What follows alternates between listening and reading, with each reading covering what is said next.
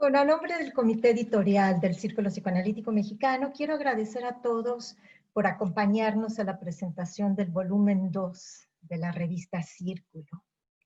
La realización de un proyecto se da en un momento de la vida, en un contexto histórico y social. Y la elaboración de este volumen no fue la excepción. Se dio en medio de una pandemia que nos obligó a movernos del lugar, a modificar nuestras actividades, como si hubiera un imperativo para detener la vida. Y con ello el volumen 2 de la revista. Pero la pulsión de vida se impone. La vida insiste en vivir. Y es así que se concluye. Y aquí está. No sin el apoyo de la mesa directiva del Círculo Psicoanalítico Mexicano, de las colaboraciones y aportaciones de los autores, del apoyo técnico de Sinaí y de César, así que como de los integrantes del comité editorial, que ahora presento nuevamente, que muchos de ustedes ya los conocen, que son Antonia Reyes, César Medina, Omar Ramírez y yo, Elia Arriaga. Me parece importante enfatizar que la revista pertenece al Círculo Psicoanalítico Mexicano. Nosotros solo somos comisionados para llevar a cabo esta misión, que tiene como objetivo abrir un espacio para la escritura, un espacio para que se difundan lo que producen. Y de esta forma seguir con uno de los objetivos del Círculo Psicoanalítico, que es la transmisión del psicoanálisis. Y que es algo que nos apasiona. Por lo tanto, los invitamos a seguir escribiendo, a compartir con nosotros sus artículos para publicar, ya que contamos ahora con este espacio, que repito, que es de todos, que es del Círculo Psicoanalítico Mexicano. Gracias a todos los que nos mandaron sus artículos, gracias también a todos los invitados que aceptaron presentar algunos de los artículos que se publican en esta revista. Y bueno, pues también antes de continuar, para agradecer a los invitados, es importante que hayan leído que los micrófonos van a permanecer apagados. Se dará un tiempo para que podamos participar al final, hacer preguntas, comentarios. Bueno, pues seguimos adelante. Y también es importante que mencione que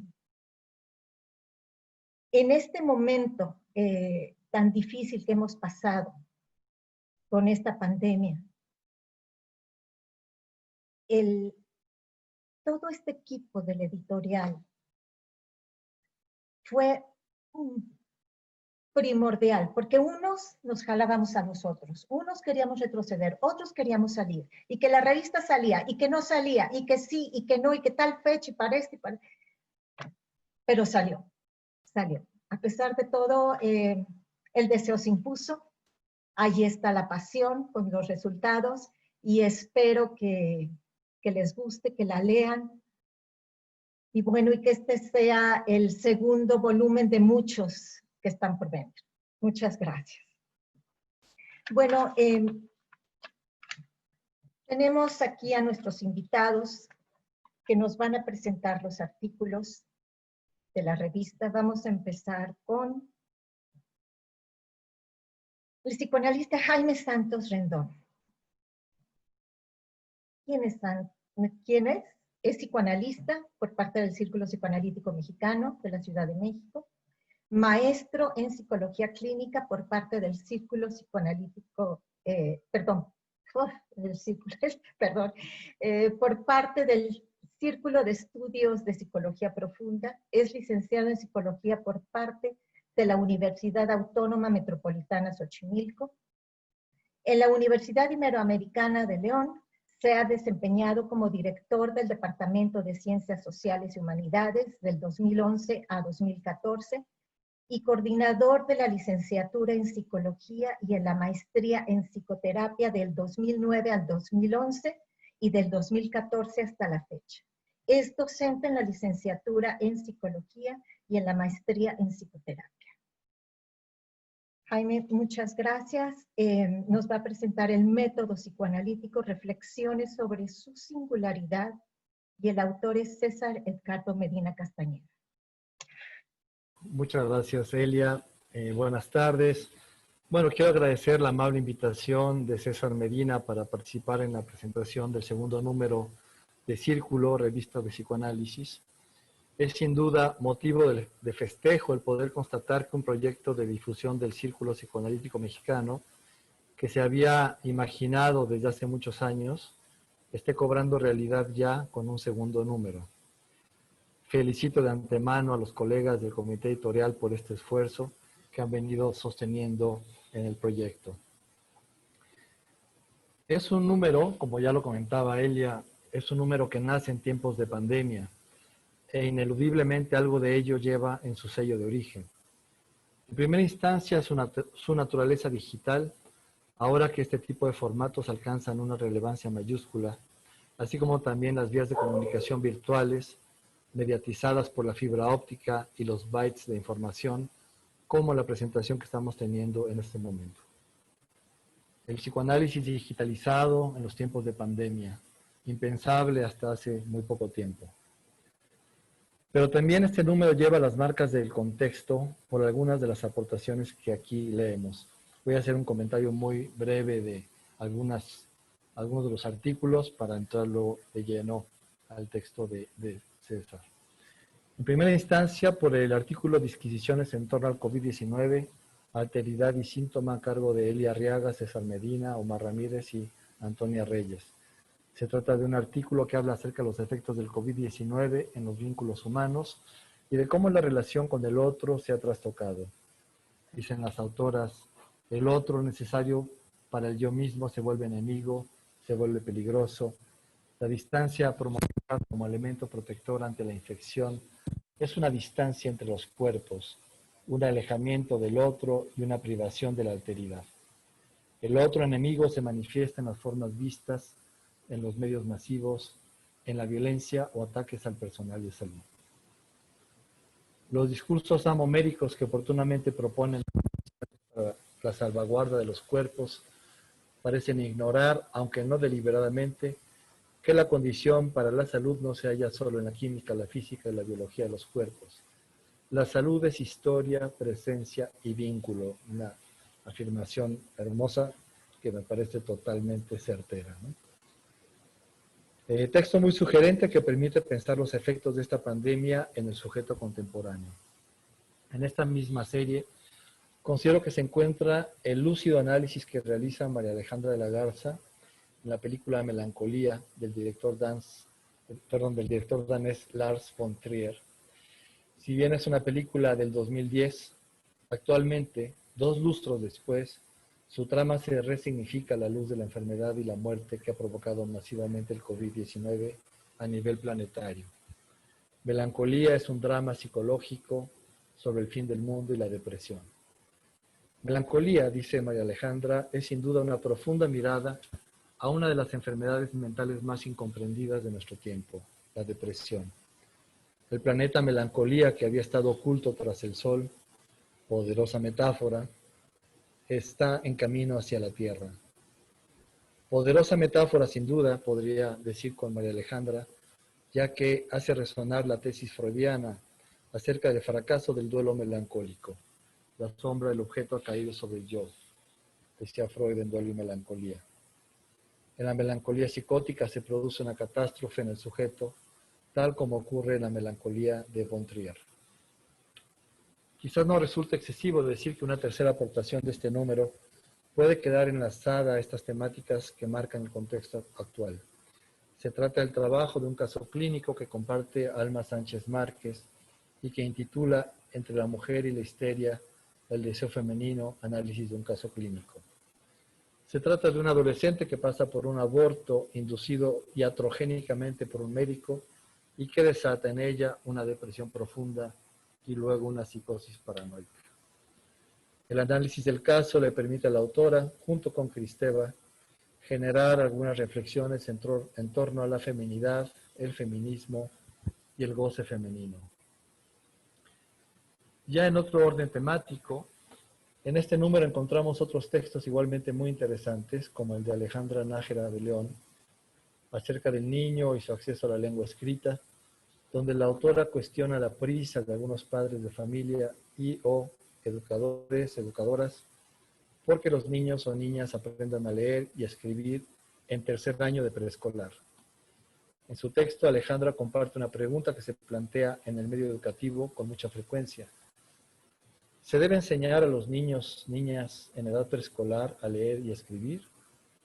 Alejandra no se apresura a responder esta pregunta, sino que plantea un análisis rico y profundo del problema, para concluir al final del artículo, junto con Emilia Ferreiro, que es una pregunta mal planteada y que amerita reformularse. Otra aportación que resulta de gran interés es la de José Velasco. Se trata de un texto que nos implica a todos los miembros adscritos al Círculo Psicoanalítico Mexicano y miembros del Instituto de Formación, ya que versa sobre los orígenes de esta institución, desde su prehistoria remota asentada en Igor Caruso, fundador del Círculo Vienés de Psicología Profunda, pasando por el vínculo estrecho con Armando Suárez y Jaime Cardeña, quienes fundaron el Círculo Mexicano de Psicología Profunda, hasta la fundación del Círculo Psicoanalítico Mexicano en 1971 por Armando Suárez y Raúl Páramo. José Velasco contextualiza el momento histórico en el que surge el CPM en México, momento marcado por una aguda crítica a las instituciones, al saber y al poder que ellas enarbolaban. En la década de los 60 y 70 se configuró una verdadera institucionalización de la crítica. El autor se hace las siguientes preguntas. ¿Qué lugar tuvo Igor Caruso en el surgimiento del CPM y qué lugar ocupó en tiempos posteriores cuando la institución se consolidaba e ingresaban nuevas generaciones de formandos? ¿En qué lugar se coloca Armando Suárez respecto a Caruso? ¿Cómo afecta esta posición asumida el devenir del CPM? Y también, ¿qué peso específico tenía Caruso como referente teórico en los seminarios del Círculo? No me detengo más en estos artículos, ya que la recomendación que me hicieron los organizadores de esta presentación fue el de enfocar mi comentario en alguno de los textos en específico. Disculpen, no me pude aguantar las ganas de comentar un poquito sobre los demás artículos. Toda la revista es muy interesante. Bueno, elegí el artículo de César Medina intitulado Sobre el método en psicoanálisis, reflexiones sobre su singularidad, ya que coincide con preguntas que yo también me he planteado. El texto de César pone sobre la mesa, habría que decir ahora sobre nuestras pantallas, un tema de larga data, pero cuyos vectores de discusión se mantienen activos y no se resuelven en una conclusión consensuada por los y las psicoanalistas. Quizás sea precisamente este carácter de no resuelto lo que permite seguir pensando y problematizando el problema. Este es el de la relación entre psicoanálisis y ciencia. ¿El psicoanálisis es ciencia? ¿Qué validez tienen los conocimientos obtenidos por el psicoanálisis? ¿Qué es validez científica? ¿Qué lugar tiene el método para establecer conocimientos válidos en las ciencias en general y en el psicoanálisis en particular? ¿En qué consiste el método psicoanalítico? César ayuda a disparar todas estas preguntas y desarrolla su reflexión en torno a tres ejes. ¿Qué entiende Freud por método? ¿Cómo se configura el método psicoanalítico? ¿Y qué relación guardan los conceptos de método clínico y método psicoanalítico? El desarrollo de su argumentación nos remite al pensamiento epistemológico de Freud, es decir, a su interés por comprender la naturaleza de los conocimientos científicos. Para Freud fue claro que el método por él desarrollado era uno que permitía investigar sobre la vida anímica, sobre los procesos inconscientes, y además, como efecto de ello, resultaba terapéutico. En la muy valiosa y profunda investigación que José Perrés realizó en torno al proceso de constitución del método psicoanalítico, establece que para intentar reconstituir dicho proceso desde una perspectiva epistemológica, implica considerar una compleja interacción, interdependencia y complementariedad entre diferentes niveles de análisis. Los elementos que distingue son los siguientes. 1. El marco conceptual que fue posibilitado que fue posibilitando, la aparición de los diferentes momentos metodológicos, es decir, la progresiva construcción de diversos dispositivos terapéuticos. 2. Las teorizaciones que Freud fue elaborando sobre la psicopatología, sobre el aparato psíquico, sobre la relación terapéutica y sobre la cura. Teorizaciones en las que se sustentan las técnicas instrumentadas. 3. Un nivel de análisis consistente en integrar la dimensión personal de Freud, sus movimientos internos que lo condujeron al mal llamado autoanálisis y al descubrimiento del inconsciente. Finalmente, un cuarto nivel de análisis supondría tomar en cuenta la dimensión histórico-social, la Viena de finales del siglo XIX. Un análisis epistemológico vinculado con comprender el proceso de constitución del método psicoanalítico tendría que integrar estos cuatro niveles. Para Freud, con interés epistemológico, la construcción de conocimientos válidos no puede prescindir de la experiencia. Se debe volver constantemente a ella, a la experiencia clínica, me refiero. El método psicoanalítico es un método experiencial, lo que no quiere decir, evidentemente, experimental. Esta relevancia de la experiencia, y particularmente la del análisis propio, que parte de la que Freud tuvo acerca de su propio inconsciente en su relación con Wilhelm Fliess, es la que se establece como norma en los programas de formación de psicoanálisis de las diferentes asociaciones psicoanalíticas, por lo menos las que son serias, no pueden prescindir del análisis del analista. El método psicoanalítico, desde sus orígenes, establece la inclusión del propio analista en la producción del saber del inconsciente. El analista está siempre implicado en la experiencia analítica y en el saber que allí se produce. Estas características son las que conforman la especificidad del método psicoanalítico y que lo hacen irreductible a epistemologías de corte positivistas o neopositivistas. Pero describir la particularidad del método psicoanalítico no resuelve la pregunta acerca de la cientificidad de este. Retomando algunas ideas del psicoanalista argentino Alfredo Edelstein, planteadas en una conferencia del 2016 intitulada Ciencia y Psicoanálisis, la pregunta acerca de si puede o no considerarse el psicoanálisis como una ciencia no acepta ser respondida simplemente con un sí o con un no. Afirma Edelstein, decir que el psicoanálisis no es ciencia es un planteamiento débil, pobre, insuficiente, mal orientado, poco reflexivo. Pero lo mismo resulta decir que sí lo es. Ahí tenemos una buena paradoja de las que nos gusta trabajar en psicoanálisis. Más que escribir ciencia y psicoanálisis, sugiere Edelstein, se puede escribir ciencia, rumbo de Lacan o el Poisson, psicoanálisis, para dejar abierto el estudio de la relación entre estos dos términos y pensarlos en sus múltiples posibilidades. Ciencia y psicoanálisis, ciencia o psicoanálisis, ciencia mayor que, menor que psicoanálisis, ¿no? Es decir, pensar la complejidad de la relación de estos elementos y no procurar rápidamente una solución unívoca a la relación. Si el psicoanálisis tiene una vocación de ciencia, al menos era la intención de Freud, basta con la aplicación rigurosa del método para garantizar la producción de un saber válido y científico, o es necesario suponer la construcción de un objeto teórico que tome distancia de la realidad mediante aquella llamada ruptura epistemológica que sostenía Bachelard, misma que permita ir más allá de la evidencia, de las prenociones, para producir un saber teórico lo suficientemente abstracto y potente, científico finalmente, para poder regresar a la experiencia y dar cuenta de ella. Eje de pensamiento que siguieron los doctores Néstor Brownstein, Frida Saal, Marcelo Pasternak y Gloria Benedito en aquel célebre libro de los 70s, Psicología, Ideología y Ciencia. Desde esta epistemología, el carácter científico está determinado por una articulación entre la aplicación del método y la producción de los objetos teóricos. Para el filósofo Luis Althusser, cuyo pensamiento influyó notablemente en este texto y en los autores. Una ciencia solo es ciencia, él decía. Una ciencia solo es ciencia cuando puede aspirar con pleno derecho a la propiedad de un objeto propio, que sea suyo y nada más que suyo, y no la porción de un objeto prestado, abandonado por otra ciencia, a uno de sus aspectos, de sus restos.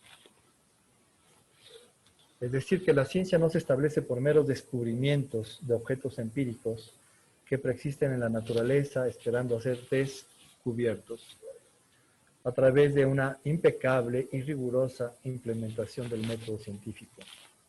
Los objetos son en realidad construcciones teóricas que van teniendo reconceptualizaciones sucesivas por necesidades de la misma teoría, así como desde luego por las exigencias que le antepone la experiencia. Canguilhem, epistemólogo de la biología, afirma que las teorías jamás proceden de los hechos. Las teorías no proceden más que de teorías anteriores, con frecuencia muy antiguas. Los hechos no son más que la vía raramente recta por la cual las teorías proceden unas de las otras. Esta es una cita también de Perres. Y este autor va a decir también, este es precisamente el punto problemático en la historia de las ciencias. Los momentos de la revolución científica o de cambio de paradigma, a la Kuhn, o de ruptura epistemológica, o de corte epistemológico, a la Bachelard, según sea la concepción teórica que adoptemos, corresponde siempre a desorganizaciones y reorganizaciones del marco epistémico, a nuevas formas de preguntar, y no, como lo presenta el positivismo, a cambios metodológicos o técnicos provenientes meramente de un campo empírico experimental. Podemos decir que el psicoanálisis freudiano surge a partir del estudio de los problemas desdeñados, no de los objetos teóricos, pero sí de los problemas desdeñados, desechados por la ciencia hegemónica de su tiempo, la histeria, los sueños, los actos fallidos. Pero Freud establece esta nueva mirada, esta nueva forma de preguntar sobre ellos. O quizás la cientificidad del psicoanálisis no estribe tanto en la implementación rigurosa del método, ni en la construcción del objeto teórico, sino solo en la medida en que este objeto teórico, o conceptos teóricos, puedan pasar por un riguroso trabajo de matematización, como el emprendido por Jacques Lacan. La matematización es un concepto que se refiere a una forma de expresión formal de la teoría a través de elementos de lógica matemática. No se refiere en absoluto, sabemos, a la medición ni a la cuantificación propio de las epistemologías positivistas. Dice Rudinesco, a través de los matemas creados por Lacan, este autor pudo establecer una estructura algebraica que permitiera formular científicamente conceptos psicoanalíticos. Subrayo aquí la palabra científicamente, desde luego, porque es el tema, ¿no? Es decir, si el carácter de científico lo va a dar entonces la implementación del álgebra matemática, ¿no? Proyecto de gran interés y también de gran complejidad. La formalización como posibilidad de cientificidad del psicoanálisis no deja de generar, por otro lado, un cuestionamiento en el sentido del riesgo de que el paradigma lógico-matemático sea el que regule de manera hegemónica el criterio de cientificidad de cualquier disciplina. Algunos psicoanalistas parecen apoyar esta tesis al afirmar que actualmente no es posible pensar la ciencia desvinculada de la matemática, en el sentido de la formalización. Es decir, que una no puede existir sin la otra. Y en la historia de las ciencias hemos constatado las consecuencias de que un discurso científico se vuelve hegemónico y pretenda legislar la cientificidad de todas las disciplinas, sean naturales o sociales, con los mismos parámetros, sin tener miramientos por la especificidad de cada una, y por lo tanto negando la posibilidad de que dichas disciplinas pudiesen producir conocimientos científicos al no utilizar los métodos exigidos desde esta perspectiva. Bueno, pues estas son las notas que quise compartir con ustedes, habiendo accedido a la provocación del texto de César, y pues dejo aquí mi intervención. Muchas gracias. Jaime, muchísimas gracias. Excelente presentación y un gran recorrido por toda la revista. De veras. Muy bien, muy padre. Bueno, ahora nuestro siguiente invitado, que también agradecemos mucho que haya aceptado, es el doctor Luis Carlos Vázquez Vidrio, de Guadalajara, Jalisco. Él es originario de Guadalajara, Jalisco, es psicoanalista formado en el Círculo Psicoanalítico Mexicano, del que es miembro desde 1995, cofundador y actual secretario del Círculo de Estudios Psicoanalíticos de Jalisco, licenciado en Psicología por la Universidad de Guadalajara. Tiene maestría en estudios psicoanalíticos en el Centro Freudiano de Estudios Psicoanalíticos. Es profesor de asignatura titular y tesos, docente de la maestría en estudios psicoanalíticos, CFEP, y docente del programa de formación psicoanalítica en el Círculo Psicoanalítico Mexicano de Guadalajara. Entre 1992 y 2007 fue colaborador en los periódicos tapatíos Siglo XXIV y Público, con una columna semanal de análisis deportivo. Ha participado en diversos foros, impartiendo conferencias y cursos. Coautor de la Clínica Psicoanalítica Revisitada, Desafíos en la Clínica Psicoanalítica Actual, editado por el Círculo Psicoanalítico Mexicano, 2011. Ha publicado ensayos sobre temas psicoanalíticos y sociales en medios impresos y digitales. Tiene 30 años de experiencia en la práctica clínica. Y algo también muy importante, es autor del libro La fascinación colectiva por las Chivas del Guadalajara, edición también del Círculo Psicoanalítico Mexicano. O sea que, arriba las Chivas.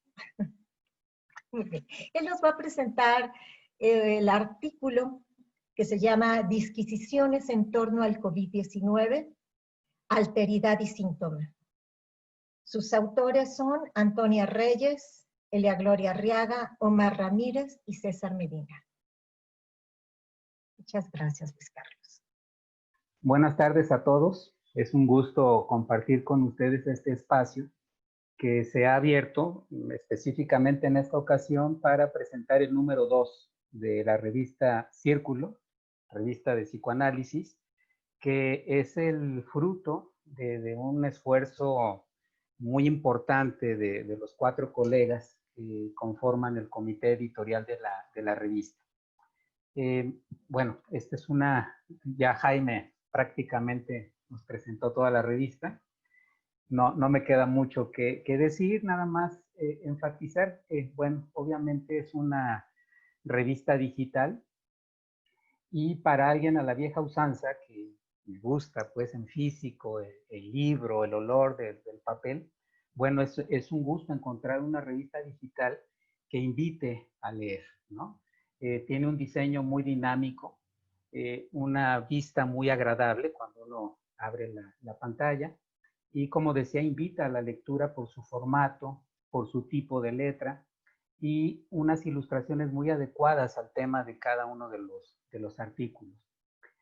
Bueno, para mí cumple a cabalidad uno de los propósitos de nuestra institución, que es la difusión del psicoanálisis, porque en él encontramos una serie de artículos que, digamos, en el índice, los colores que presenta ubica perfectamente los artículos que contiene esta edición de la revista, que por otro lado, como decía Elia al principio, marca muy bien que es una publicación en tiempos de pandemia, ¿no? Nos lo recuerdan imágenes como la Gioconda y el globo terráqueo que aparecen al principio con cubrebocas ambos, ¿no? Así como un globo aerostático cuya canasta es un cubrebocas. Bueno, no voy a repetir lo que ha dicho Jaime respecto a cada artículo, que cada uno invita a la reflexión. Y bueno, atendiendo la invitación que me hizo mi querida colega Antonia Reyes para centrarme en uno de los textos de la revista que está en la sección Nuestro Tiempo, que es este de disquisiciones sobre el COVID-19. alteridad y síntoma. Me llamó la atención que le pusieran disquisiciones porque, digamos, podría haber sido análisis, reflexión, etcétera, y si no me traiciona la memoria, disquisición tiene la connotación como de un poquito desviarse del tema central, disquisición. Pero yo creo que se adecua muy bien a esto porque en esta ocasión, si bien el tema en este texto acerca del COVID es lo que corresponde presentar de mi parte, lo central es la presentación de nuestra revista, ¿no?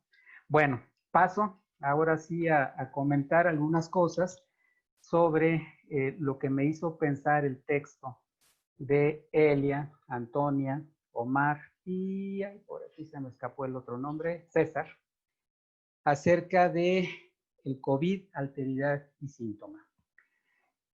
Bueno, desde que a mediados de marzo pasado, es decir, a 5 meses de que el doctor López-Gatell comunicó al país la mala nueva de la epidemia de coronavirus, me he visto bombardeado, o sería más adecuado quizá decir que nos hemos visto bombardeados, tanto a escala nacional como internacional, por un auténtico arsenal de datos, estadísticas, informes, recomendaciones sanitarias, puntos de vista, opiniones, incluso hasta pronósticos de cómo será lo que denominan la nueva normalidad. Las fuentes son de lo más diversas, gubernamentales, organismos de salud, especialistas de distintas disciplinas, hasta los llamados influencers. Así, entre estudios científicos avalados por instituciones de prestigio, que dicho sea de paso, tampoco coinciden del todo en sus resultados, entre esos estudios se entremezclan sin problema noticias falsas, desinformación, prejuicios, a lo que habría que añadir lo que el Premio Nobel de Química 2013, Michael Levitt, denuncia como las improvisadas intuiciones de líderes políticos del mundo. No hay políticas públicas claras. Naufragamos, pues, en un mar turbulento con fuertes oleadas entre lo verídico y la ficción, donde de pronto no terminamos por estar seguros de qué es verídico y qué no. Tan solo por citar un ejemplo reciente, la jefa del Laboratorio de Genética Molecular de la UNAM, Lori Ann Jiménez Fidi, incriminó al doctor López-Gatell de manejar un discurso falso acerca de la disminución en el número de contagios, para así, afirmaba ella, tratar de manipular a la opinión pública. Bueno, frente a este panorama en el que se ha dicho tanto, tan cruzado y contradictorio, resulta para mí una encrucijada que decir que no resulte una mera repetición de lo ya dicho por tantos otros en otros espacios. Pero, como les decía, atendiendo a la amable invitación de mis colegas para participar en la presentación de la revista de nuestra institución, y como dicen los futbolistas, cuando van a encarar un partido difícil, haré mi mejor esfuerzo. Los efectos de la pandemia y de la saturación de información, bien llamada infodemia, han sido más que evidentes en la dinámica social y en el ritmo de vida y estado emocional de los individuos. Tanto a nivel personal como en nuestros vínculos cercanos y de lo que nos enteramos por los medios de comunicación y redes sociales, se observan cambios en todos sentidos que, como bien apuntan en sus disquisiciones sobre el COVID-19, Antonia, Elia, Omar y César, nuestra disposición de ser y estar en el mundo se ha trastocado, se ha alterado. Yo considero que ahorita estamos un tanto limitados en cuanto a qué decir respecto a ciertas explicaciones, etcétera, porque acaso es demasiado pronto aún para comprender el cambio que la pandemia va revelando en los individuos. Pero obviamente se tornan necesarios esfuerzos iniciales en ese sentido. Así, los autores de disquisiciones en torno al COVID-19, alteridad y síntoma, siguiendo esa metodología freudiana de hacer que primero la investigación, en este caso del fenómeno ocasionado por el coronavirus, nos refiere a lo que éste sabe decir sobre su acontecer a partir de marzo, en su texto empiezan enumerando los efectos observables que han incidido en la subjetividad de los individuos. Incertidumbre, miedo, desesperación, angustia. Claro está que estos estados emocionales no son producto de la pandemia, pero antes de esta se vinculaban a factores como la inseguridad social, la violencia, la pobreza, la delincuencia. Pero sí puede advertirse que, a raíz de la pandemia, esos estados emocionales se han intensificado en la población, aunque no es fácil discernir qué tanto se deben por el temor al contagio y qué tanto por las inciertas consecuencias del confinamiento forzado, aunque no necesariamente uno excluye al otro. En sus disquisiciones sobre el COVID, nuestros autores se centran en dos ejes: alteridad y síntoma. Su sana distancia y quédate en casa vienen a ser significantes de múltiples significados: distancia, seguridad, salud, protección, entre otros posibles. Como señalan los colegas en su texto, el otro, necesario para el yo, se vuelve peligroso. Los protocolos sanitarios nos advierten entonces de tomar una distancia precautoria de mínimo 1,5 metros con respecto al prójimo. La distancia física conlleva la noción de que una mayor proximidad convierte al otro en un peligro de contagiarnos de coronavirus. Pero al mismo tiempo, nosotros representamos un peligro para el otro, ya que también podríamos contagiarlo. Pero la distancia mínima para salvaguardar la salud mutua resulta insuficiente.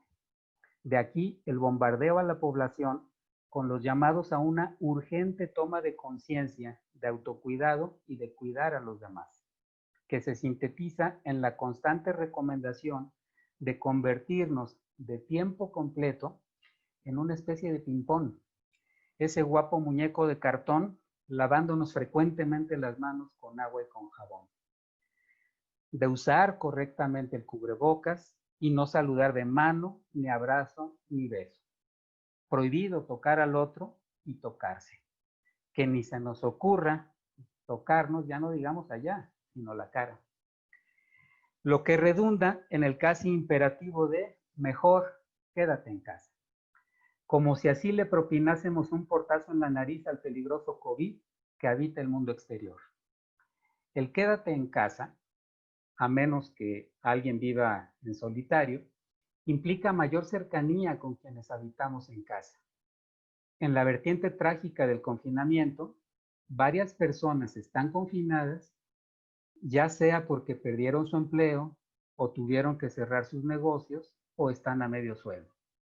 Esas condiciones frustran, pues se pierde el sentido de valor. No es casual que se ha venido denunciando un incremento de violencia intrafamiliar, conflictos de pareja disparados por la inusual convivencia prolongada que bien ilustra ese meme en el que la mujer le reclama al hombre que no haga ruido al parpadear.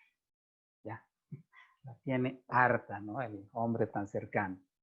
Y, por ejemplo, una amiga me decía que el marido se apropió de la cocina. Dice, ahora que está en casa le dio por cocinar y no me deja ni entrar y la tiene toda desconcertada, ¿no?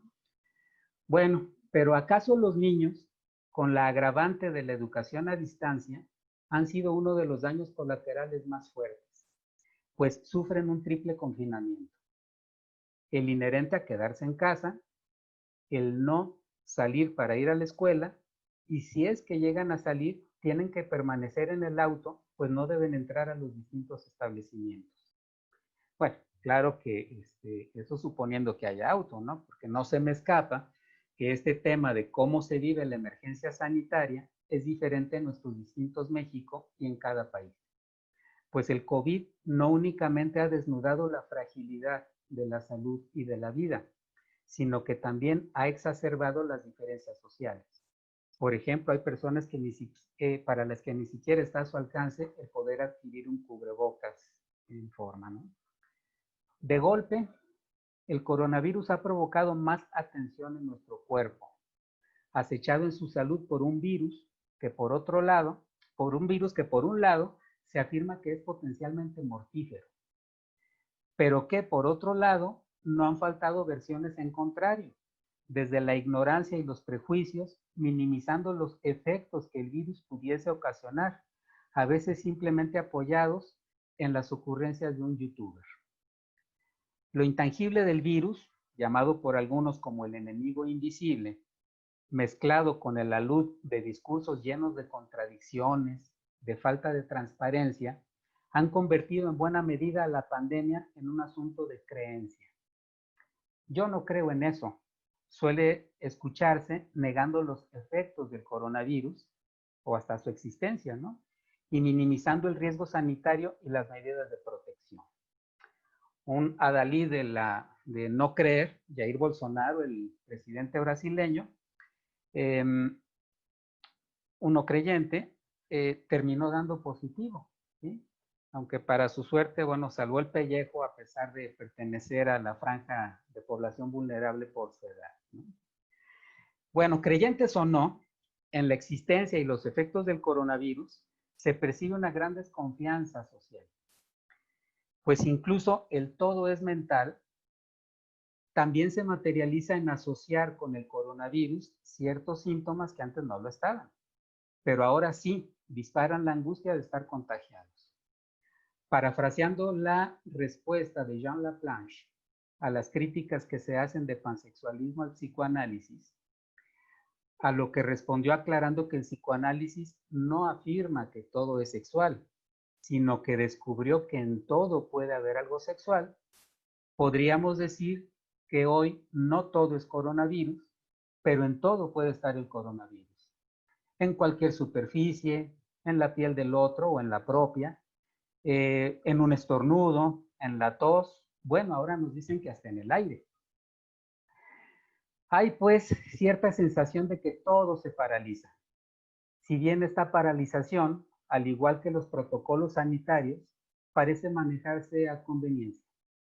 Se cierran, por ejemplo, los parques públicos, pero el transporte público continúa funcionando cual latas de sardina. Si bien esto se justifica en la clasificación de actividades esenciales y no esenciales, ¿acaso el contacto cuerpo a cuerpo en los autobuses es menos contagioso que una sana distancia en un parque al aire libre? En Jalisco, el gobernador amenazó con activar el botón de emergencia si continuaba incrementándose el número de contagios. Y unos cuantos días después se celebra la boda de una hija del cantante Alejandro Fernández con 1,500 asistentes a la fiesta ante el mutis de las autoridades.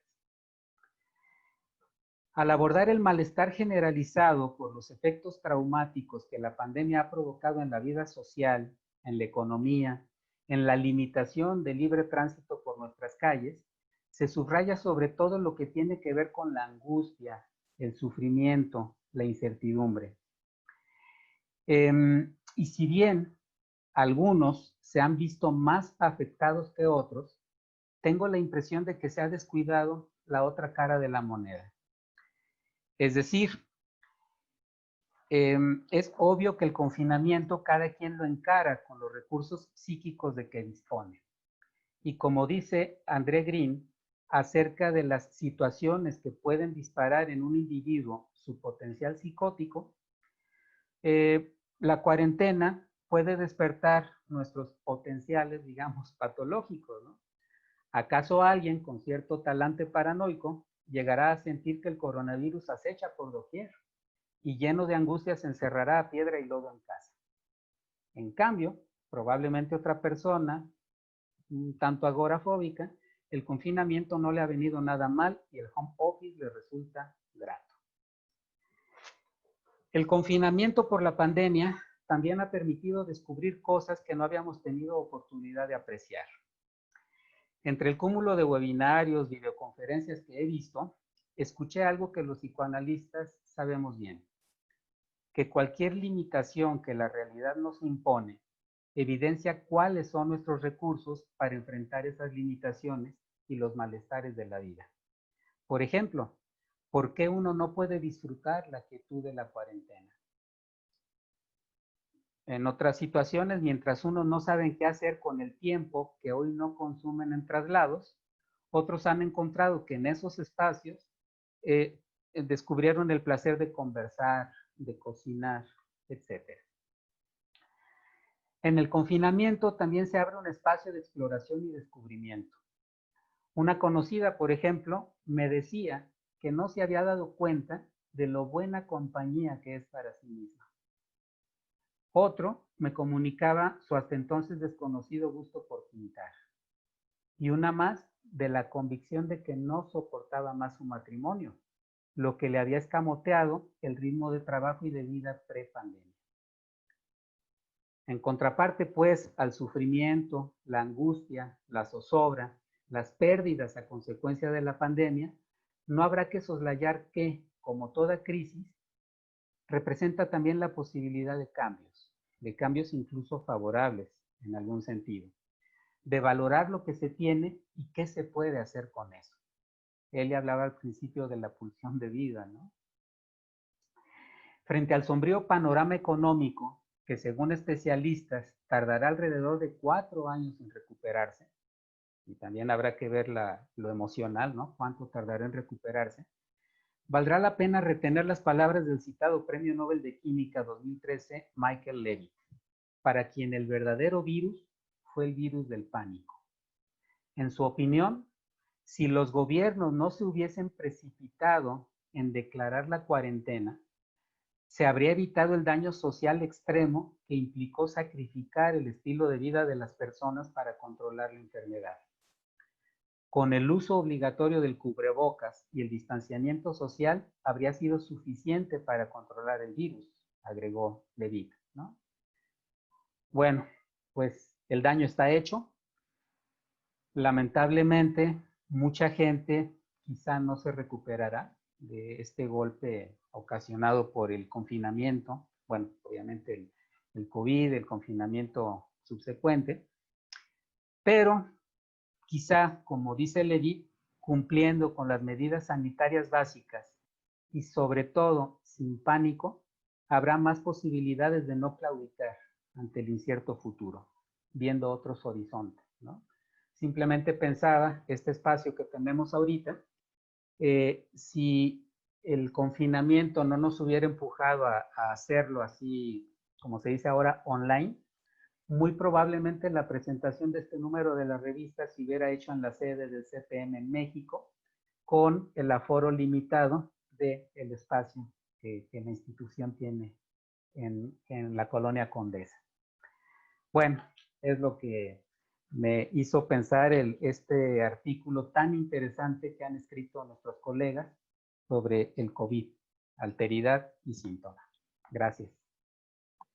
Me parece muy interesante, sí, para repensarlo nuevamente. Bueno, ahora vamos con nuestro siguiente invitado, que es el doctor Felipe Flores Morelos, de la Ciudad de México. En 1969 obtiene la licenciatura en Teología en la Pontificia Studiorum Universitas AS en Roma. En 1974 es profesor de Psicología en el Colegio de Ciencias y Humanidades Plantel Surinam. En 1977 comienza su formación psicoanalítica con la doctora Silvia Bleichmer en Trabajo del Psicoanálisis AC. En 1979 termina sus estudios en la Facultad de Psicología de la UNAM. En 1981 trabaja como intérprete en los seminarios y conferencias que imparte el doctor Jean Laplanche en la Facultad de Psicología de la UNAM. En 1987 a 1988 colabora con el Alto Comisionado de Naciones Unidas para los Refugiados, Exiliados y Víctimas de Tortura en el programa de atención y como psicoterapeuta e investigador. Continuó con esa misma tarea hasta 1993 en CERTEC. En 2007 obtiene el grado de maestría en psicoterapia psicoanalítica en el Colegio Internacional de Educación Superior. En 1984 es admitido como miembro activo del Círculo Psicoanalítico Mexicano. Ha participado en múltiples foros, simposios, ha impartido conferencias y seminarios con diversos temas del psicoanálisis. y él nos va a hacer la presentación del artículo titulado El Círculo Psicoanalítico Armando Suárez e Igor Caruso, notas para repensar su lazo social, que tiene por autor José Velasco García. Gracias. Es un gusto para mí aprovechar esta situación para hablar del queridísimo amigo, maestro Armando Suárez. Armando Suárez es una persona a la cual de alguna manera estuve profundamente vinculado. Él fue fraile dominico en España, estudió antes de eso, los estudios de la escuela media superior, empezó a estudiar algo de derecho, de filosofía, finalmente se hizo fraile donde estudió filosofía, teología, etcétera.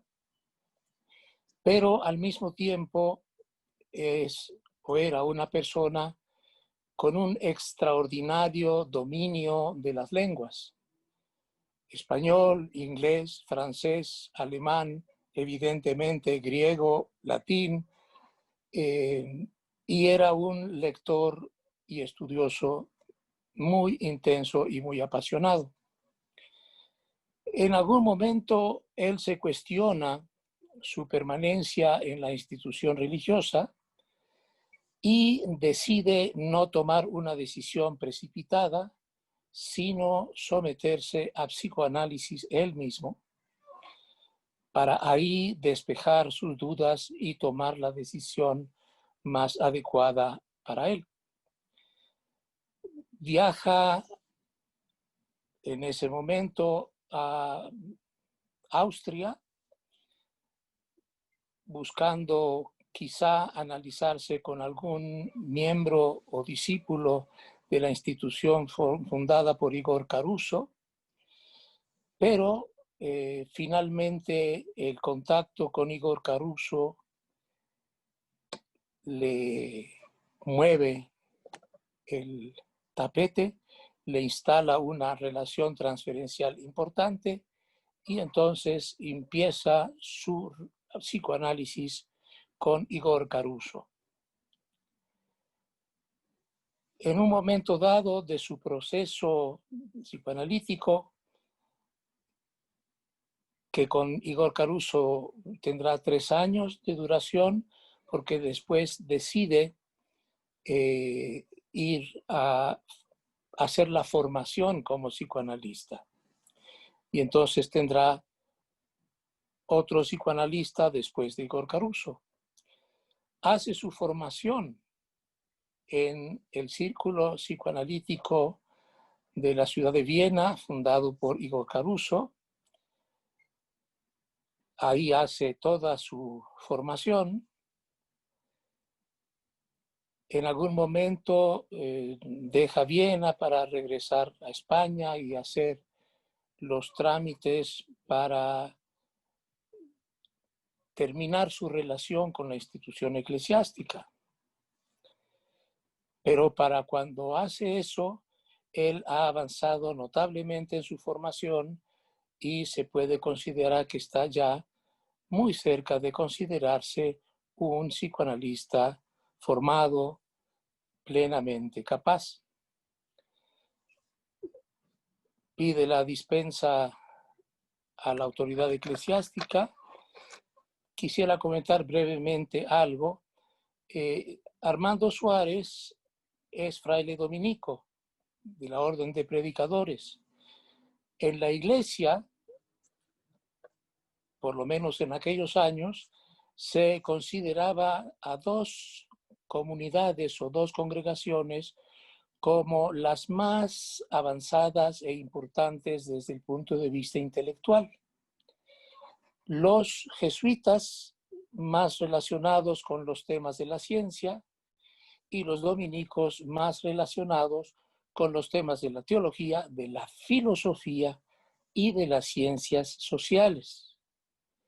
Así Armando Suárez es formado en una institución en la que hay una intensa labor de estudio de la filosofía, las ciencias sociales. Y él amplía esa gama leyendo cultura general, ciencia política, y también va a estudiar biología del comportamiento, que después llamaremos etología, y va a estudiar psicología y psicoanálisis. Te pide su dispensa a la institución, se va a Viena, se analiza con Caruso, en análisis con Caruso toma la decisión de dejar la institución eclesiástica, empieza su formación psicoanalítica, pero hay una pausa en algún momento para que él tramite su definitiva dispensa o despedida de la institución eclesiástica, ¿sí? Esto implica una pregunta para él: ¿y de qué voy a vivir? ¿No? Ya no es la orden religiosa la que me mantiene mis estudios y mis necesidades, ahora tengo que hacerlo yo por mí mismo. Evidentemente es una persona extraordinariamente capaz que se dedica a hacer trabajos de docencia, traducción, y estando en ese meollo, terminada su formación con Caruso y el instituto en Viena, y habiendo dejado la orden de predicadores, él, bueno, no sabe muy bien qué hacer. En esos tiempos en los que Armando Suárez estudia filosofía y teología y se forma como clérigo regular, es una época en la que muchos mexicanos viajan también a España para hacer su formación en filosofía, en teología, etcétera, porque en México no había para ellos. Estoy hablando de los frailes dominicos. Entonces, hay muchos mexicanos que van a España y estudian en Salamanca, en Ávila, en Madrid, los estudios eclesiásticos. Uno de ellos, o dos de ellos en particular, resultaron ser personajes importantes para la institución de los dominicos en México. Estoy pensando en Fray Jaime Gursa, hermano de los Gursa del cine. Los Gursa son especialistas o eran especialistas en maquillajes, entrenamiento de animales y trabajo en el cine. Y Alberto de Escurdia, bueno, y además Jaime Gursa, antes de hacerse fraile, había terminado la carrera de Derecho. Otro fraile muy importante, que es Alberto de Escurdia, se formó como abogado, hizo filosofía, la filosofía lo llevó a Tomás de Aquino y decidió hacerse dominico, y terminó los estudios en España y se vino a México y fue el fundador de lo que entonces se llamaba, bueno, no me acuerdo, pero fue lo que llegó a ser después el Centro Universitario Cultural, el CUC, ¿sí? Era una persona que daba clases en la Facultad de Filosofía y Letras de la UNAM y tenía vínculos estupendos con el rector, el vicerrector, intelectuales de la UNAM sumamente importantes, ¿no?, que lo apoyaban en sus seminarios, en sus cursos, etc. Alberto de Escurdia, cuando estudió en España, conoció o estudió junto con Armando Suárez, y cuando Armando Suárez toma la decisión de dejar la institución eclesiástica, se pregunta qué voy a hacer. Hay quien le ofrece viajar a Brasil, hay quien le ofrece viajar a diversos lugares, pero Alberto de Escurdia lo convence de venir a México. Eran amigos importantes y entonces Armando Suárez viene a vivir a México, donde, bueno, pues empieza a buscar sus modos de vida, trabaja en la editorial Fondo de Cultura Económica, da clases en la Facultad de Ciencias Políticas, da clases en la UNAM en diversas instituciones, ¿no? En algún momento Arnaldo Orfila, que era el director del editorial en el Fondo de Cultura Económica, sale del fondo y funda la editorial Siglo XXI.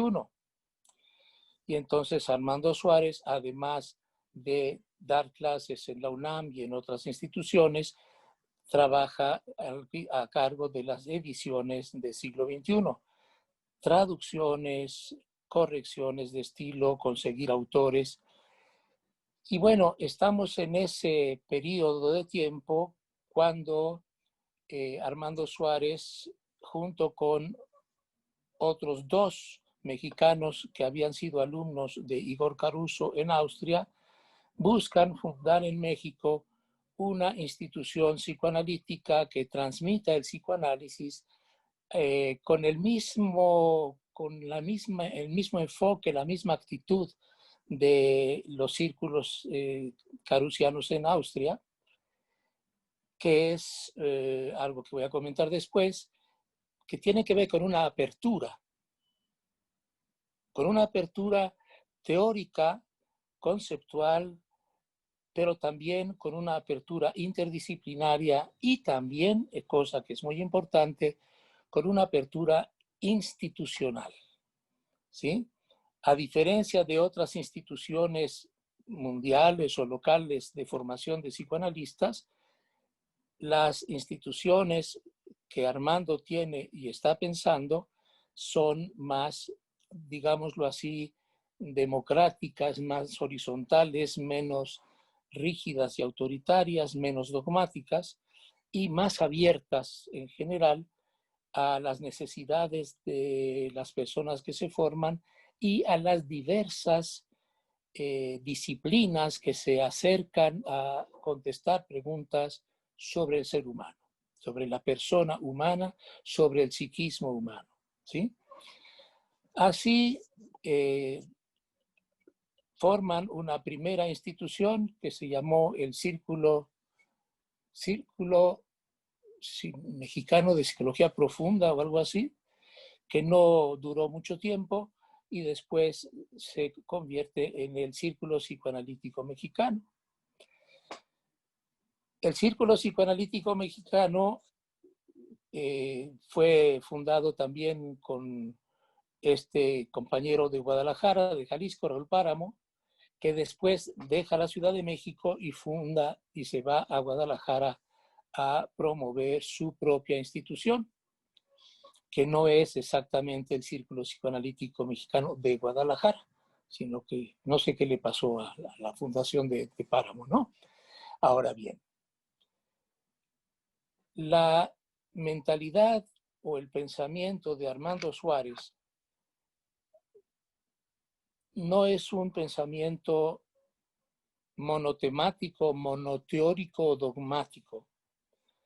Le da una evidente y central importancia al estudio de Sigmund Freud y la obra de Freud, que va a poner en el centro de su proyecto, pero el proyecto estará abierto a las otras aportaciones al pensamiento psicoanalítico a lo largo del tiempo y de otros autores.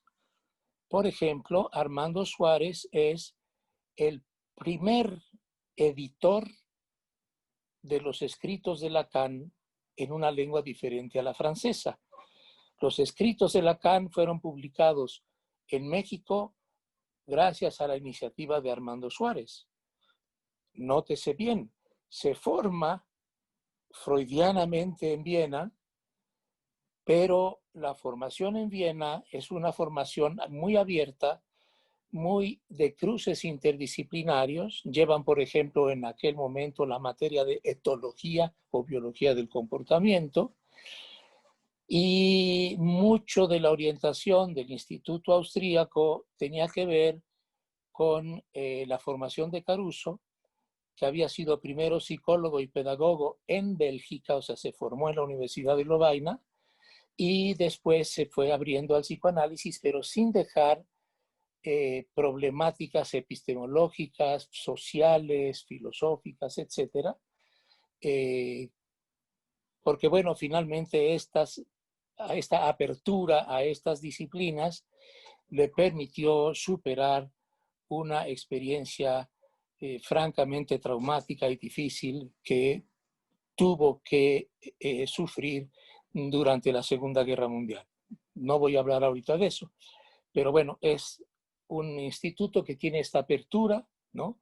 Donde incluye cuestiones sociales, epistemológicas, biológicas y psicoanalíticas. Y Armando Suárez, de alguna manera, piensa un círculo parecido, es decir, donde el centro es el psicoanálisis freudiano, pero también se va a estudiar alguna temática social, alguna temática de otros pensadores psicoanalíticos. Él es uno de los impulsores de Lacan. De hecho, antes de la fundación del círculo, él ya tenía en su domicilio particular un seminario sobre Lacan. Después lo continuó en su consultorio, ¿no? Entonces, él daba un seminario sobre Lacan que duró muchos años. Quiso hacer la edición de los seminarios de Lacan, pero bueno, ahí sí le ganó Argentina, ¿no? Y se publicaron en Argentina. Pero estoy diciendo, un psicoanalista freudiano fundamentalmente, abierto a la problemática social, abierto al pensamiento de Lacan, pero también al pensamiento de otros pensadores psicoanalistas.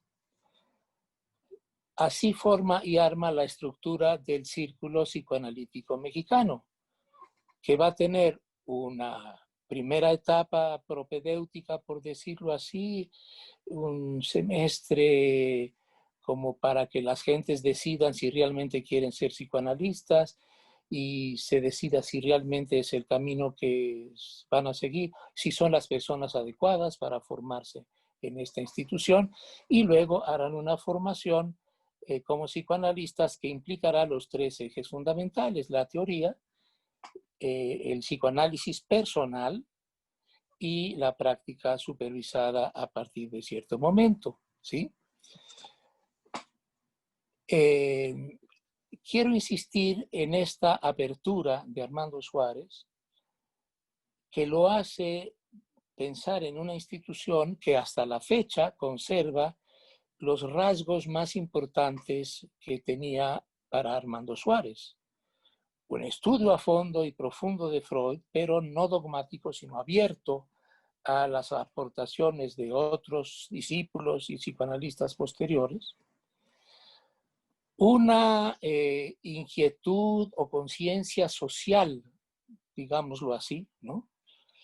Donde el psicoanalista formado en el círculo no deja de adquirir una cierta dosis de compromiso social, ¿no? Con la gente, con la población. Y esta apertura teórica o esta necesidad de trabajar los textos freudianos y de otros autores, ¿sí? Yo creo que eso es algo muy importante.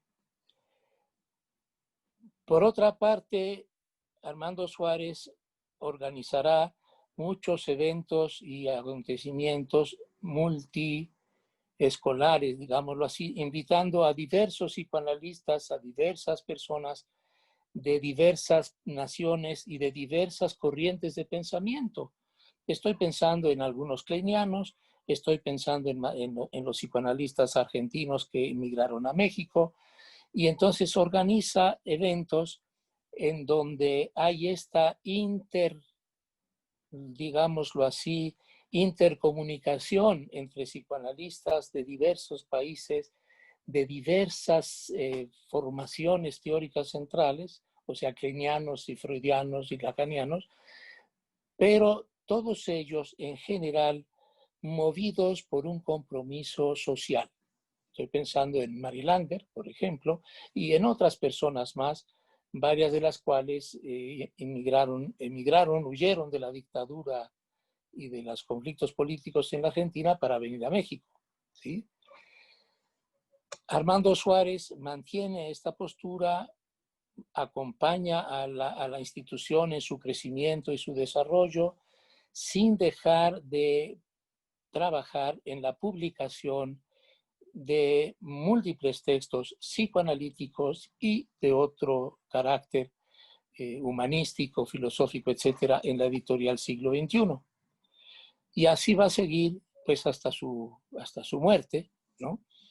Y bueno, yo diría que esto es un resumen de la vida de Armando, fundador del Círculo Psicoanalítico Mexicano, que mantiene un lugar muy importante en la vida y en la presencia de sus discípulos, aunque un poco de manera semejante a como era Caruso en sus instituciones, Armando Suárez no era un gobernante, director, autoridad, sino una figura inspiradora, ilustrativa y conductora, ¿no?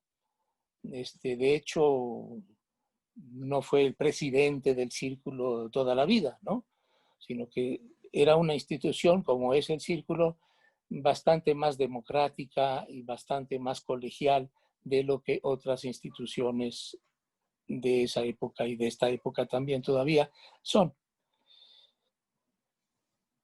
José Velasco es autor de un libro sobre la historia del psicoanálisis en México. Es miembro del círculo y docente en el círculo actualmente.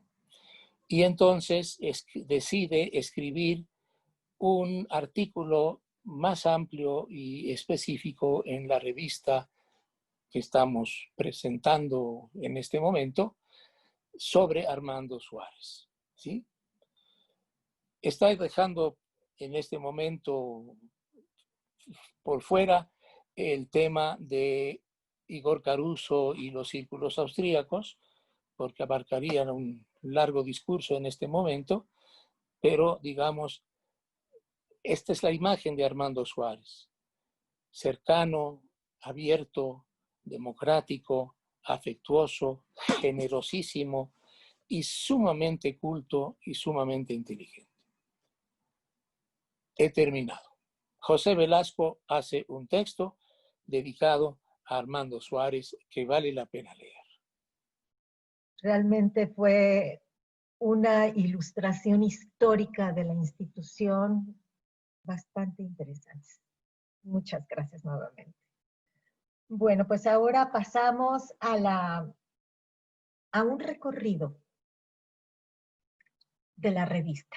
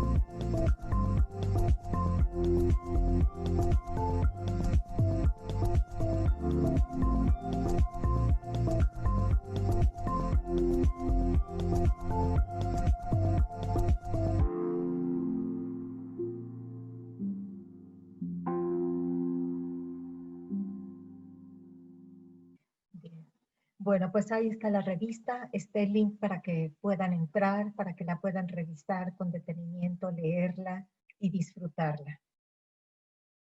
Y bueno, pues ahora pasamos a los comentarios y preguntas para los que quieran participar. Yo estoy en el programa para hacer el cierre, sin embargo, aprovecho el momento para hacer un par de comentarios respecto a lo que se dijo aquí. Ya después hablaré ya en el cierre de asuntos propiamente de la revista. Primero, bueno, desde luego agradecer a todos los que han participado porque han hecho una exposición magnífica de los temas y de los contenidos de los artículos en la revista. Bueno, a mi querido Jaime solamente le faltó decirle que ya no estaba spoileando, ¿no? Pero no, se contuvo y fue muy preciso en su comentario. En cuanto a mi querido Luis Carlos, bueno, primero tengo que enseñarte una cosa, mira. Bueno, después de esa tontería, porque mientras sea el presidente del círculo somos necaxistas, no Chivas. Bueno, respecto a la palabra disquisición, que me llamó la atención tu observación, y efectivamente tiene dos acepciones. En una de ellas, que me parece que es la que tú estabas manejando, porque a mí me gustó la palabra disquisiciones en el texto. Efectivamente, una de las acepciones es una divagación y digresión.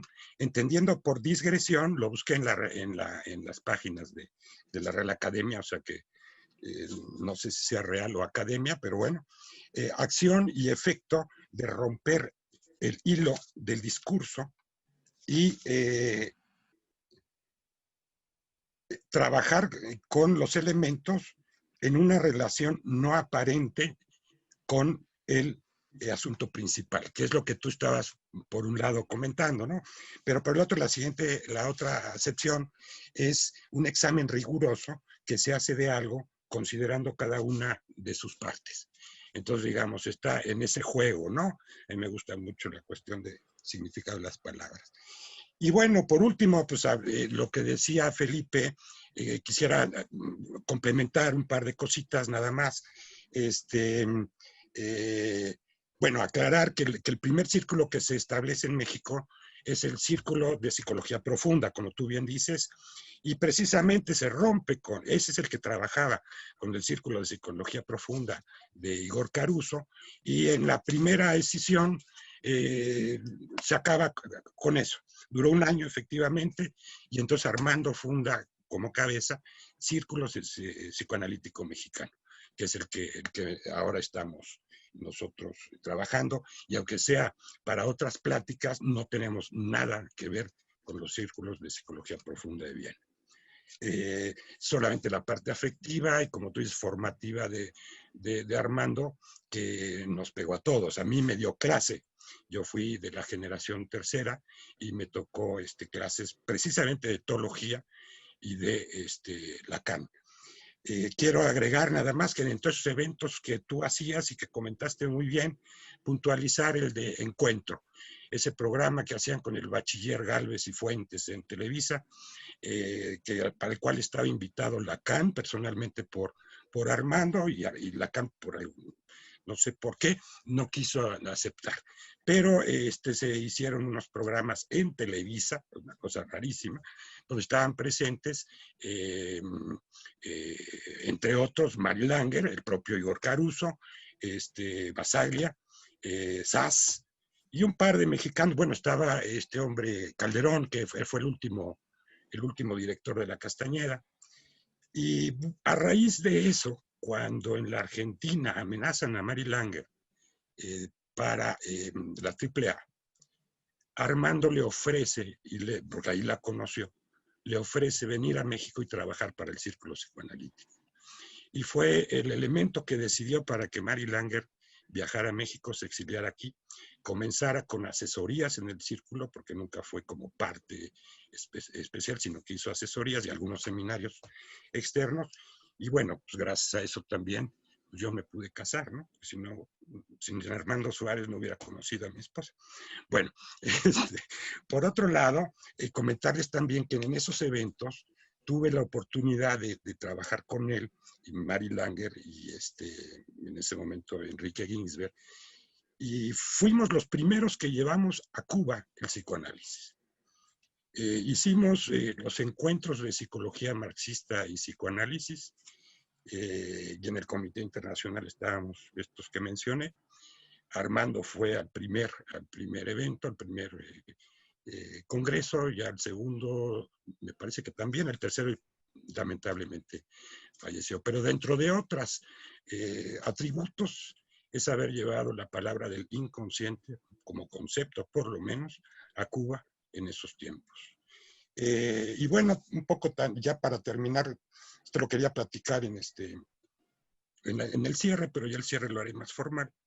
Simplemente, como decía también Luis Carlos, y un poco son de estos chistes, pues ahorita ya medio políticamente incorrectos, pero el mejor hombre, el mejor marido, es aquel que se parece a la basura a las 6 de la mañana en la calle. Si ya está en el confinamiento, la cosa se echa a perder.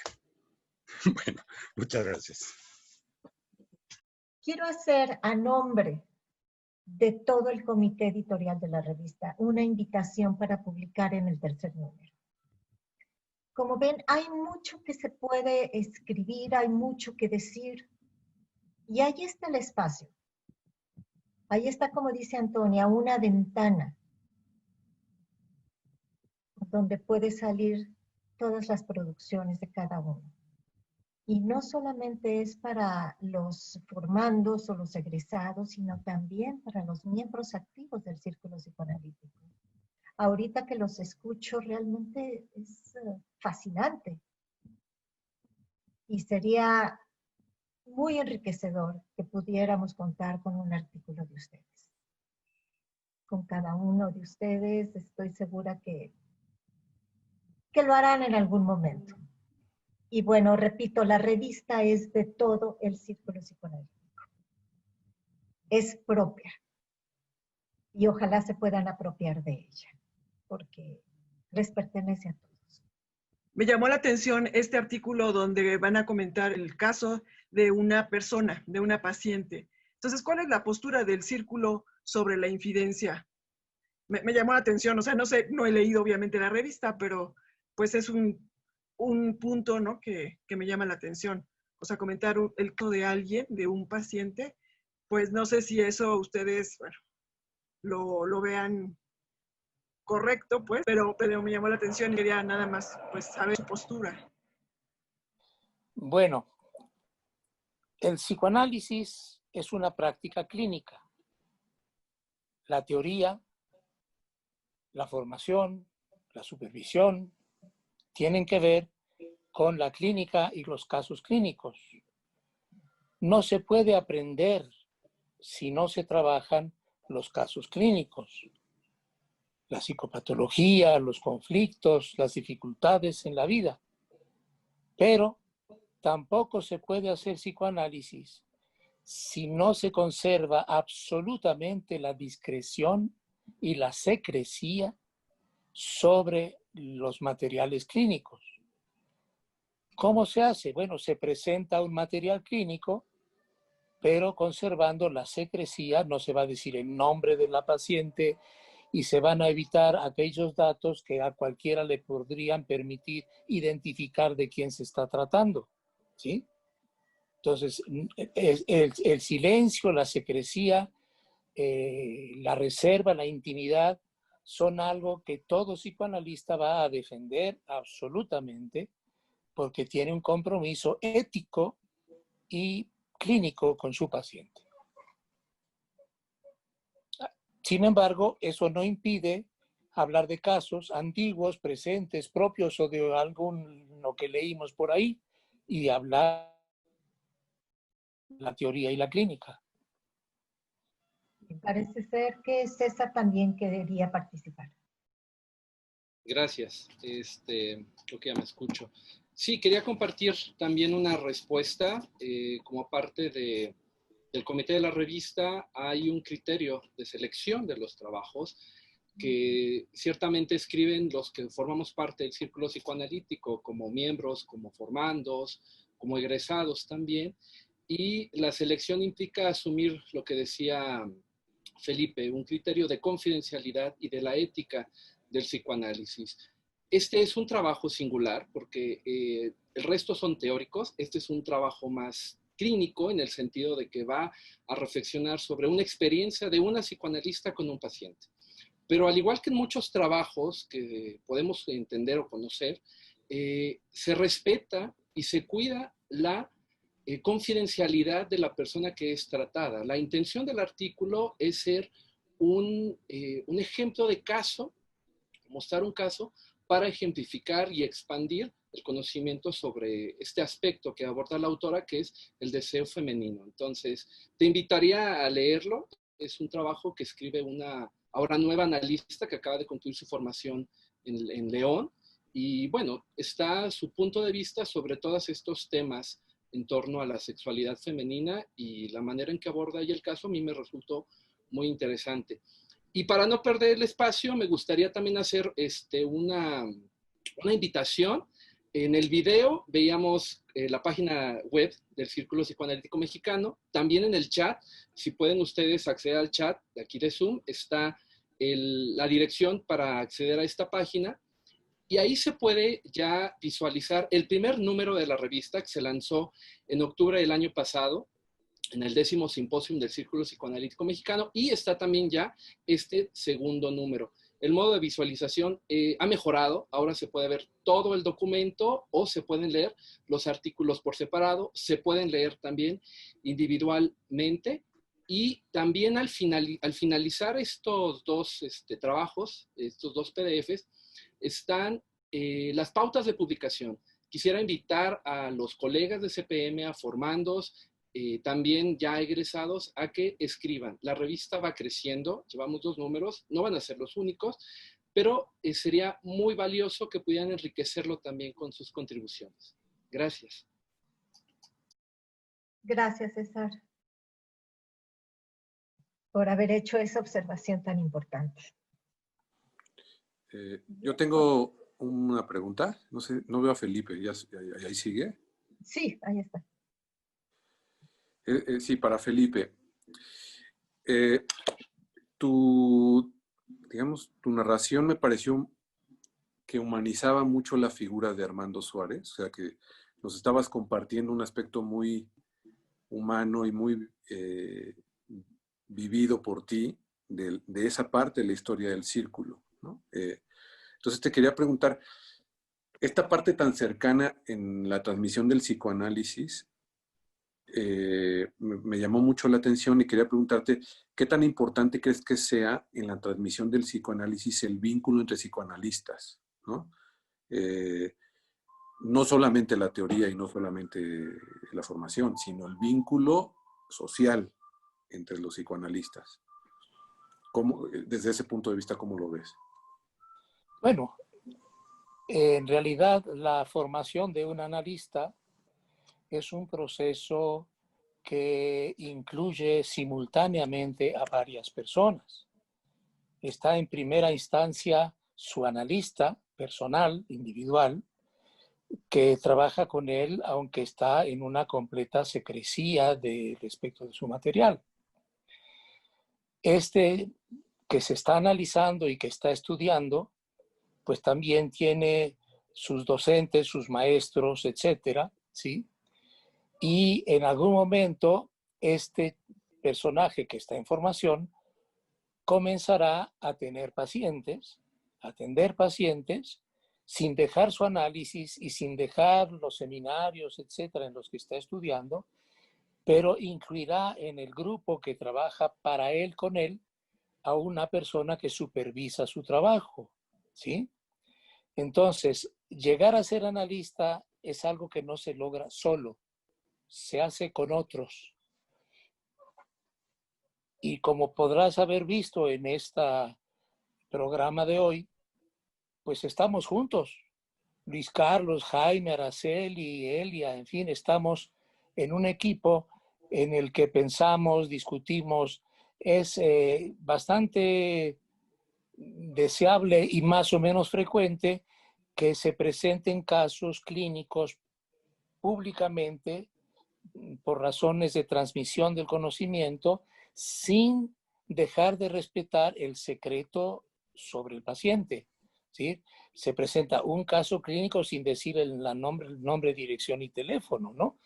Es decir, se dice, hay un obsesivo que hace tal cosa y entonces en grupo trabajamos. Y esto a veces se puede complementar o pensar clínicamente en lo que se llama psicoanálisis en grupo o de grupo. En el círculo no hay esa línea de formación en este momento, pero hay otras instituciones psicoanalíticas que sí forman analistas en grupo o de grupo, ¿sí? Pero independientemente de que se formen o no analistas en grupo o de grupo, los analistas que estamos en el círculo somos un grupo que disfrutamos de nuestra grupalidad y de nuestra vincularidad. Bueno, pues buenas tardes a todos. Antonia Reyes desde San Luis Potosí. Me quedé con una interrogante a propósito del uno de los primeros psicoanalistas que emigró a Guadalajara. Se me escapa el nombre ahorita, pero tal vez nos pueda recordar, Felipe, otra vez el nombre de esta persona. Y al mismo tiempo preguntarle a Luis Carlos si tienen antecedentes de esta persona o idea de qué fue lo que le ocurrió a esta persona, qué hizo en Guadalajara. No sé si tengan esos datos o esas referencias en Guadalajara.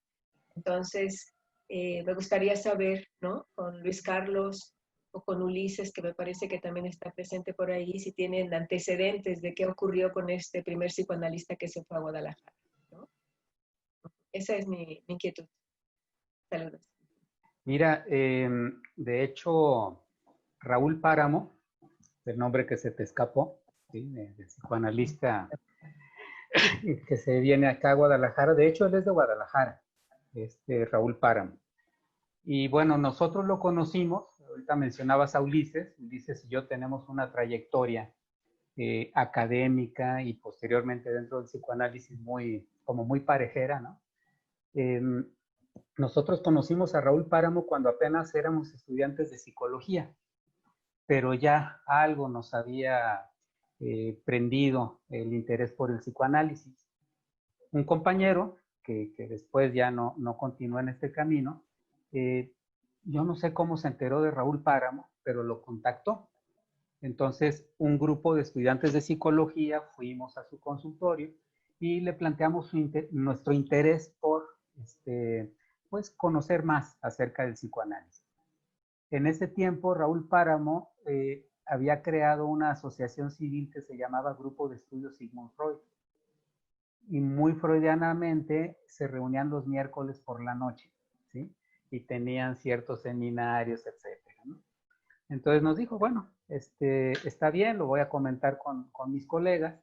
Y la respuesta fue que a este grupo de estudiantes de psicología de la Universidad de Guadalajara nos aceptaban como oyentes en el seminario que estaban tomando en ese momento, que era sobre psicoanálisis y marxismo, ¿sí? Ese fue, digamos, el primer contacto con Raúl Páramo. Duramos algunos meses ahí y bueno, conocimos personas allegadas al psicoanálisis, entre ellas Hans Ethel, que fue miembro del círculo durante algún tiempo, ¿no? Hans después fue nuestro maestro en la universidad, en fin, empezamos a tener ahí como cierta relación. Y bueno, para no extenderme más, centrándome en tu pregunta, bueno, Raúl Páramo siguió con su grupo de estudios. Tengo entendido que en algún momento se disolvió el grupo como tal. Raúl siguió dando consulta y bueno, de repente aparecía en algunas conferencias, pero tengo tiempo que le perdí la pista, hasta que hace relativamente, iba a decir poco, ¿no? Pero ya hace algunos años, cuando Alejandra era la presidente del círculo y tuvo esta inquietud de hacer como una historia de la institución, lo contactó acá en Guadalajara, lo entrevistaron, y tengo entendido que incluso Raúl fue a México alguna situación. Bueno, así, en breve, es lo que te diría, ¿no? No sé si Ulises quisiera complementar algo. Pues no, yo creo que dijiste más o menos lo esencial. Quizás cabría la pena decir que, digamos, porque entiendo la pregunta de Antonia, mucho en el sentido de que, qué derroteros tomó Raúl, ¿no? Pues digamos, a mí me parece que cuando llegó a Guadalajara intentó, digamos, formalizar un grupo y tuvieron varias publicaciones. Hay alrededor de 8 o 9 números de la revista que tenía por título así, Grupo de Estudios Sigmund Freud, ¿no? Ellos eran un grupo de alrededor de 7, 8 personas. Habían postulado que Raúl Páramo planteaba para la posibilidad de ser psicoanalista, y era que la obra de Freud se conociera en su idioma original. Es decir, que quienes aspiráramos a una formación psicoanalítica, pues teníamos que leer a Freud en su idioma, ¿no? Lo que tú mencionaste parece que no sabemos muy bien, pero parece que el grupo se disolvió. Sí hubo un rompimiento fuerte, que fue cuando tuvieron una discusión álgida y fuerte, digamos, cuando Hans comenzó supongo yo que ya a trabajar y a dar un seminario sobre la obra de Lacan, ¿verdad? Ahí hubo una especie de cisma en esta grupalidad. Actualmente creo que lo que decías sigue con su consulta. Yo no he visto que haya, digamos, aparecido un grupo alrededor de él. Lo que sí es que tiene muchas publicaciones, pero no en español, sino en alemán, ¿verdad? Sí. Bueno, pues eso. Gracias nuevamente. Yo quisiera aprovechar el espacio como parte del comité editorial. No quiera robarte el micrófono, Elia, pero hay una pregunta. No, adelante. Iba a Hay dar una las pregunta gracias. que me parece muy necesaria para responder de Luis Sandoval. Bueno, te comparto, Luis. La revista Círculo es un órgano de información y un órgano de difusión del psicoanálisis del Círculo Psicoanalítico Mexicano.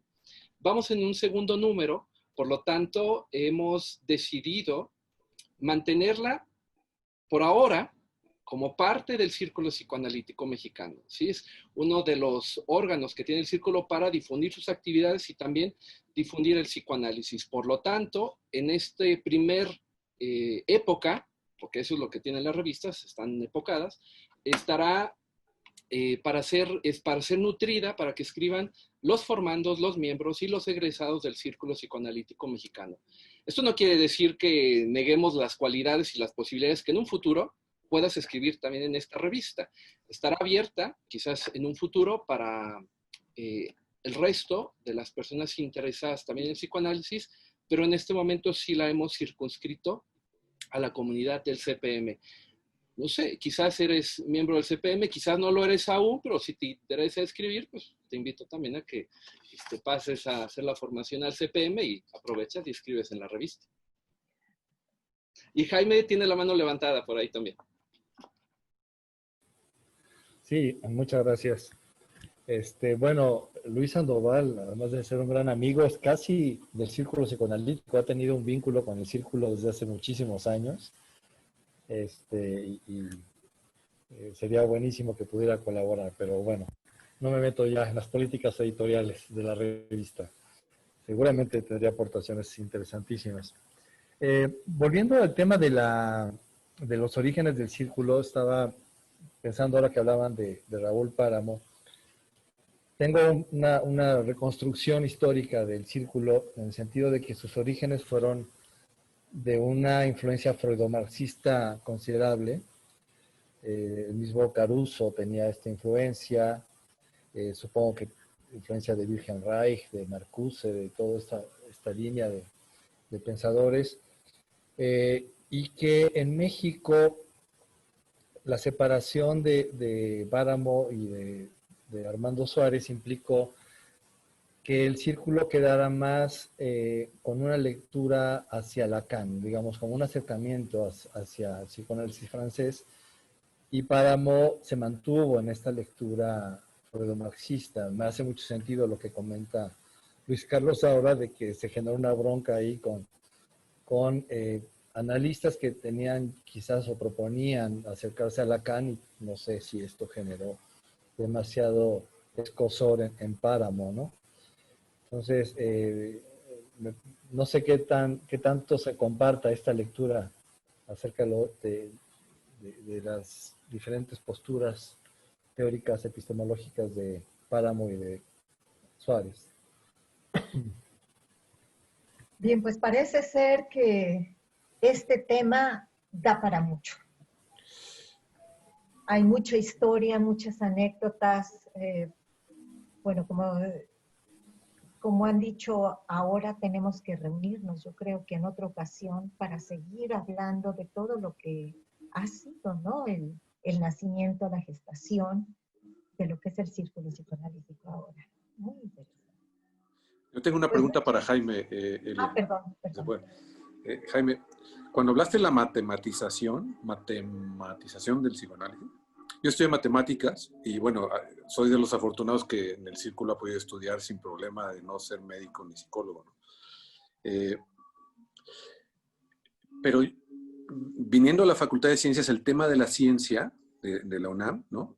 La ciencia era así como hasta una vocación, ¿no? Y eso lleva años, ¿no? El lugar de la ciencia en la sociedad ha sido muy fuerte, ¿no? Ahora con esto de la pandemia, pasó algo, ¿no? Que todos decían, este comité es de los científicos, ¿no? Y entonces estaban prediciendo la curva, digamos, la parte más alta y nunca llegó, ¿no? Porque era imposible, ¿no? Pero bueno, había un comité de científicos ahí. Y antes de la pandemia, la ciencia, los datos, el análisis, tenían un lugar preponderante en la sociedad. La ciencia estaba magnificada, ¿no? Y hoy, pues no nos han sacado la ciencia de ningún aprieto todavía, ¿no? En eso va hacia la vacuna. Entonces, el lugar de la ciencia siempre va cambiando. ¿Qué opinas? Porque nosotros nos colocamos fuera de ahí, porque realmente no es imprescindible que alguien nos diga científicos o no, eso no, desde mi punto de vista no importa. Pero quiero preguntar tu opinión, ¿cómo se mueve cuando se mueve la ciencia, cómo se mueve el psicoanálisis? ¿Cómo nos vamos moviendo nosotros en la sociedad, ¿no? Porque de repente un movimiento en la ciencia genera un movimiento en nuestro ámbito. ¿Qué opinas de esto? Sí, gracias, Omar. Yo creo que el tema de la cientificidad del psicoanálisis fue muy álgido hace algunas décadas. Fue una preocupación, ¿no? Muy intensa. Y bueno, estaba en Freud mismo, ¿no? En Freud mismo estaba como esta pregunta por la cientificidad, porque además con ello le permitía tener una cierta carta de ciudadanía, ¿no? Al psicoanálisis en la sociedad. Yo creo que se ha ido abandonando más recientemente esta preocupación, pero no porque se haya resuelto. O sea, yo creo que porque simplemente se ha dejado de pensar o de trabajar. Yo creo que en Lacan estaba también la intención de dar un estatuto de cientificidad a través de la matematización. En el fondo de esta pregunta, yo creo que está la pregunta acerca de la validez de los conocimientos que produce el psicoanálisis. Y creo que no es cualquier cosa, ¿no? Podríamos decir, yo constato la validez de los conocimientos que se producen en la clínica, porque noto los cambios en mi clínica, en mis pacientes. Pero si estamos pensando en una comunidad donde intercambiamos experiencias y donde queremos aprender un poco de los otros y donde estamos tratando de producir conceptos teóricos, Creo que no podemos escamotear la pregunta de la validez y de los saberes teóricos que podemos construir a partir de nuestro trabajo clínico, ¿no? Entonces, un poco lo que planteaba en mi comentario, ¿no? Creo que una respuesta rápida, psicoanálisis sí es ciencia, psicoanálisis no es ciencia, es una respuesta apresurada, más bien hay que problematizar la relación, ¿no? Ahí le dejaría ahorita. Muchísimas gracias, Jaime. Felipe quiere tomar la palabra. Y es el último antes del cierre. Trataré de ser breve y conciso. La palabra ciencia es un plural del latín del verbo scire, que significa saber. Y ciencia es el conjunto de todo aquello que está ahí para ser sabido. Entonces, la pregunta es, ¿cómo sabemos? ¿Cómo sabemos acerca de la psique, de las emociones, de la historia, de los conflictos de un sujeto? ¿Y cómo sabemos que sabemos? ¿Cómo estamos seguros de saber lo que decimos estar sabiendo? Evidentemente, lo que se está planteando aquí, por una parte, es un rechazo de un reduccionismo positivista que reduce el concepto de ciencia a las ciencias experimentales.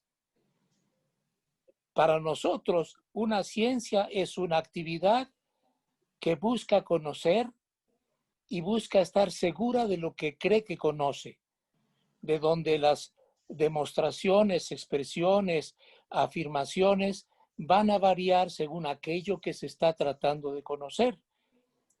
Me explico, el matema o la expresión con un número puede ser metafórica nada más, y en muchas ocasiones lo es, ¿no?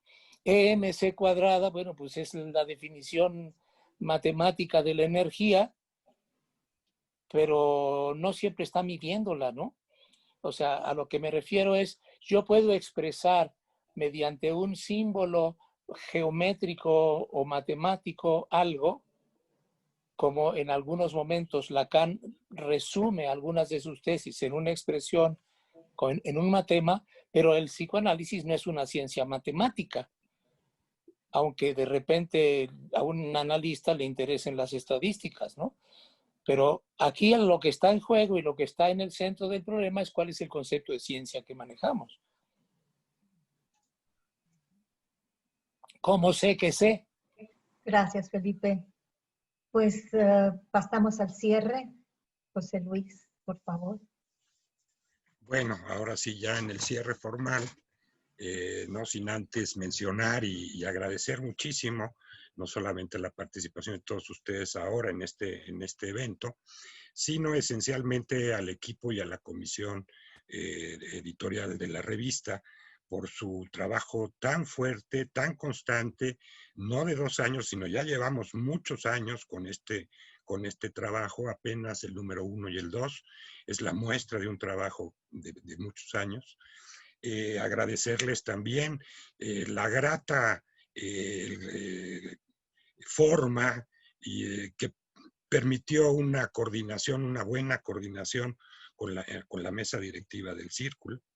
Y no olvidar, bueno, el doble trabajo de César y también de Sinaí Banda, quienes nos han ayudado muchísimo en la conformación de este producto digital. Ya en la propia presentación de la revista señalo la importancia de este momento y la aparición casual que, como dice nuestro presidente, nos vino como anillo al dedo, porque pues, solamente podíamos hacerlo digital, ¿no? Y esta es la muestra. Pero como bien decía también César, las revistas son por ciclos, por épocas, y efectivamente quiero comentar y un poco reiterar lo que decía César en este momento, las políticas editoriales del Círculo y de la revista son trabajar con gente que pertenece al Círculo, ya sea como miembros, como formandos, pero también, Jaime, tenemos una puertita y dice para todo aquel autor afín al Círculo psicoanalítico. Entonces, si es el caso del compañero que estaban hablando, pues tiene la puerta abierta para ello. Y pues bueno, pues nada más, solamente decirles también que nuestra idea es, después de esta serie digital, tratar de hacer un anuario impreso, quizá a partir del 3er número, eso es algo que tenemos que trabajar, pero también extrañamos el olorcito a tinta, eso es cierto. Entonces quizá con un anuario que comprenda quizá 3 números, eso ya lo daremos a conocer en su momento, ya pondremos a chambear a la comisión editorial de la revista y a la del Círculo, Jaime, para ello.